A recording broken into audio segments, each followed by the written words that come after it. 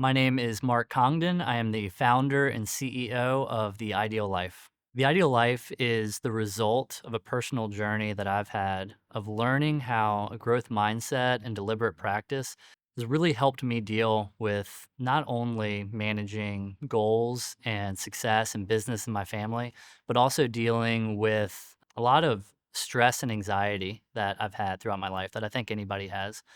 So I actually spent most of my career in the trucking industry and in international logistics. But right before COVID, I decided to start the Ideal Life because I saw the power of how coaching can help people overcome issues like that in their own life. So the Ideal Life essentially is a way to connect people who are looking for help and growth with the people who know how to provide that. And that's in every role that people have, whether that's their work or their family or their health. And we're able to do that on an individual basis. And then we help businesses as well incorporate those ideas into not only the way that they structure their team goals and manage their employees, but also how they help those employees learn these tools that they can use in their own life. So we are a growth mindset platform that helps people learn how to improve both in their personal life and in their professional one as well.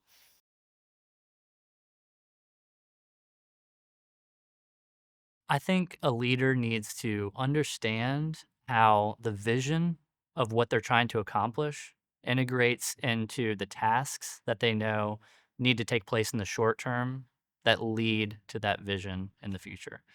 And so to do that, it takes a balance between motivating and inspiring and also managing and leading with empathy and with an understanding of what makes an individual person motivated and tick and aligning who they are with what the team needs.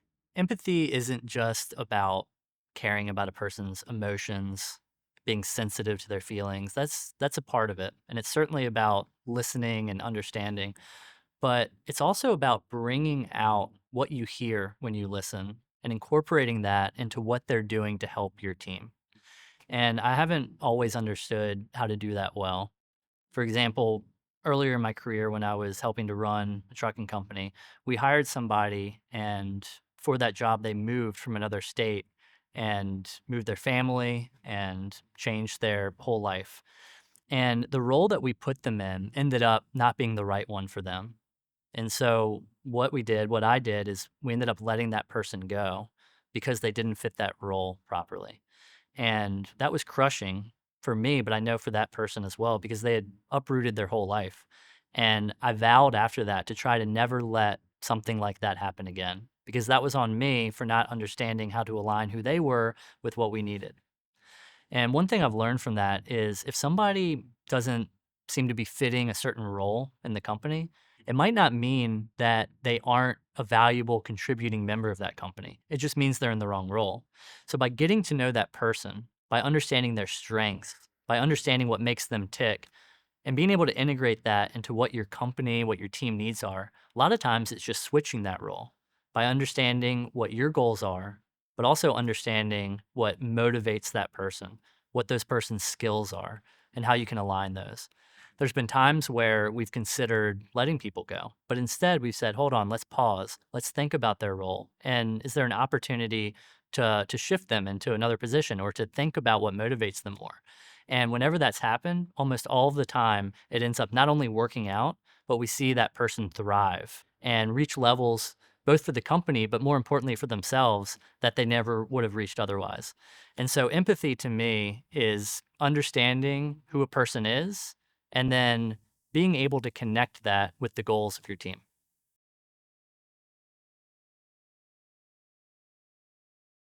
One thing that I'm really passionate about is using the science of how a person's biology works to maximize how we use empathy to motivate people to want to pursue a team's goals.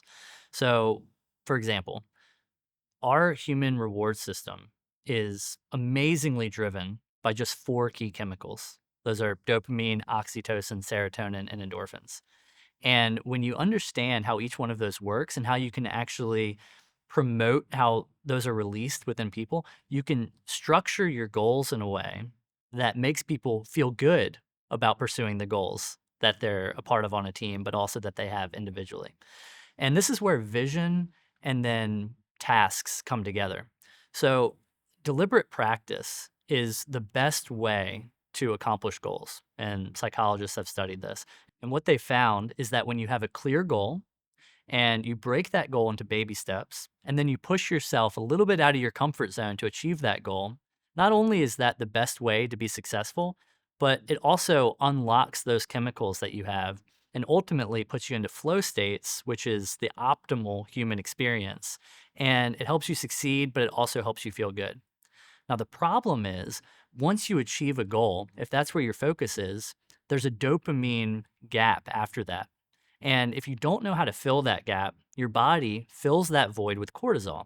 Cortisol makes you feel stressed. It's part of our human response system that's associated with fight or flight. So, where vision comes into play is it connects goals to the next goal and the next goal, ultimately leading to that question of why. Why does this team exist? Why do I exist? And while you can never fully answer that question, it doesn't really matter because it helps your internal biology avoid a big drop and maintain a consistent level of motivating chemicals, of motivating inspiration on that path towards success. So, this is where vision can actually directly apply to day to day motivation by providing not just a path towards this goal we're working on, but a path towards the future, a path towards why we're doing this. And that's the most effective way to inspire and lead, I found. So, I guess to summarize, I would say that effective leadership is all about integrating motivation and empathy with a vision for the future, a vision for why you're doing something. And when all of those things come together, a leader can get the most out of their people by showing them how they're getting the most out of themselves.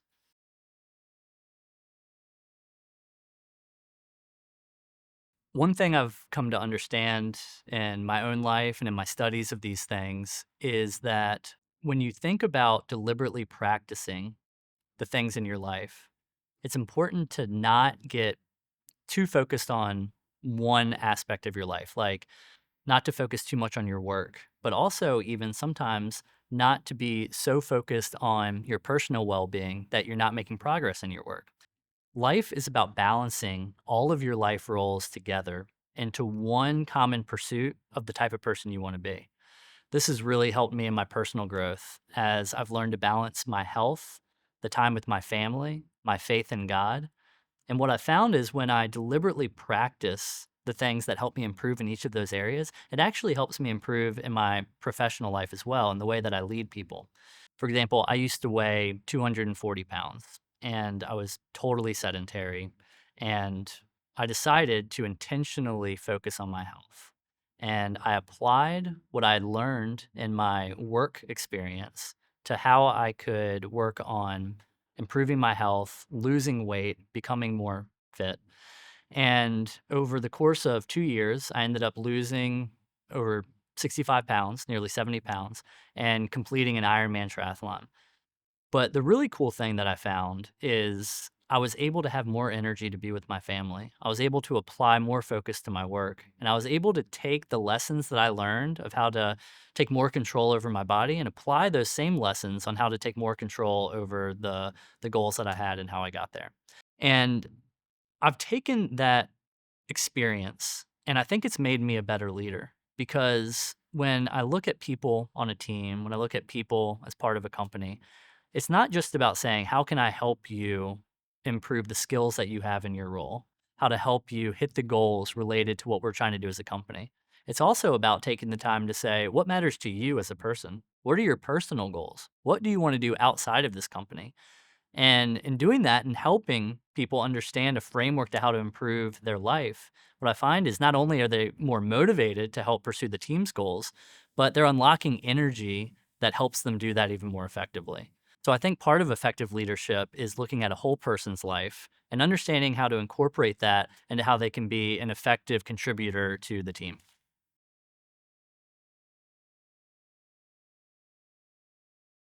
When I think about those who really help guide me in my life and not only how I'm taking action day to day, but also why I'm doing that, I'd look at it from two different angles. So, one is my faith, my personal mantra, which I developed through the I Got This framework that's part of the ideal life, is to imitate Christ.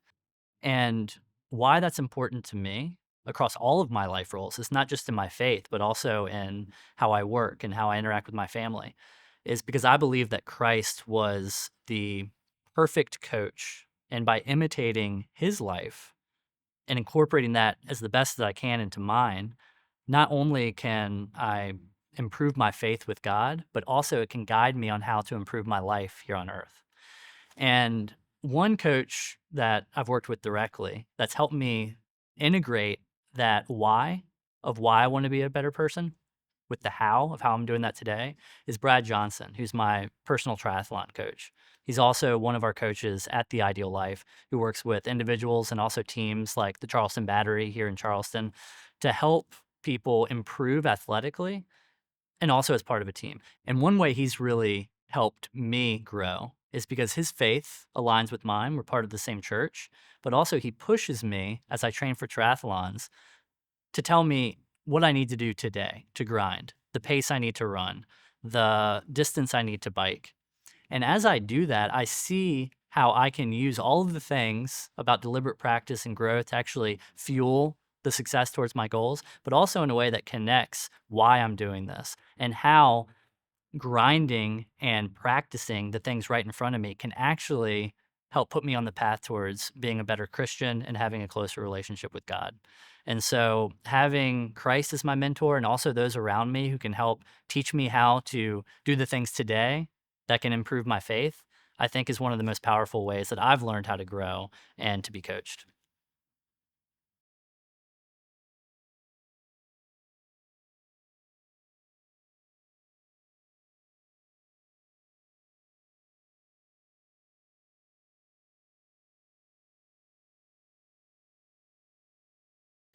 If I would summarize my leadership journey, it would be that it is a journey and that I'm continuing to grow and learn, and that I don't just grow and learn from people I think of as mentors who have experienced things that I haven't yet or can give advice from successful careers.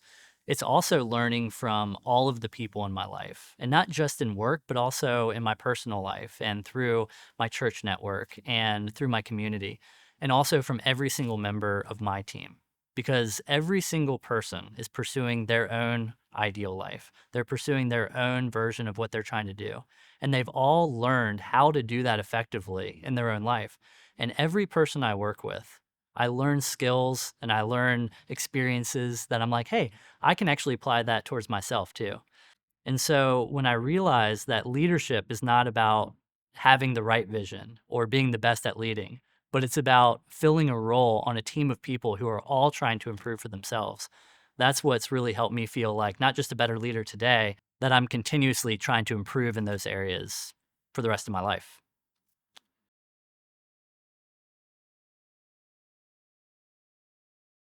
If I had one piece of advice for somebody starting out on their own leadership journey, it would be to understand that true growth happens through failure.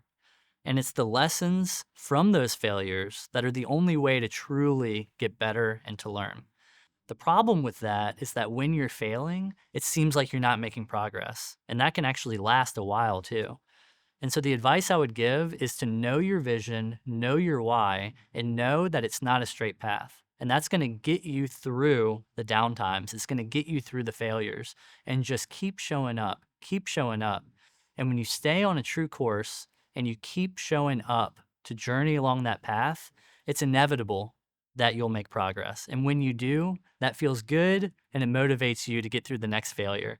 And when you've done that enough, then you really understand how it works. So, for a new leader, for anybody that's starting out in a career or who's just trying to grow as a person, I would say embrace failure, keep pushing, and everything will be okay.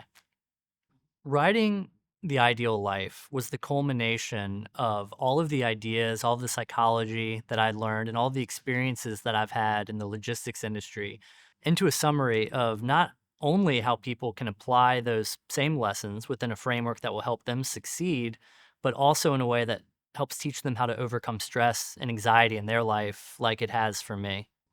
And I feel so grateful that it's resonated with people and the stories that I've heard of how it's helped them on an individual basis in their work in their finances, with their family. And what really blew me away, but it makes sense, is when The Ideal Life became the #3 best-selling Kindle book in the world in business. So we were right behind The 7 Habits of Highly Effective People by Stephen R. Covey and Malcolm Gladwell's The Outliers. And the book isn't even about business. It's about how individuals are motivated and can unlock the power of their inner reward system by pursuing an ideal version for their life. And that's why when our Ideal Leader product, which helps businesses with leadership development, but also incorporating these ideas into the way that they structure their goals and lead meetings, I wasn't surprised at all, because true leadership is about understanding how individual people work and getting the most out of them in the pursuit of team goals.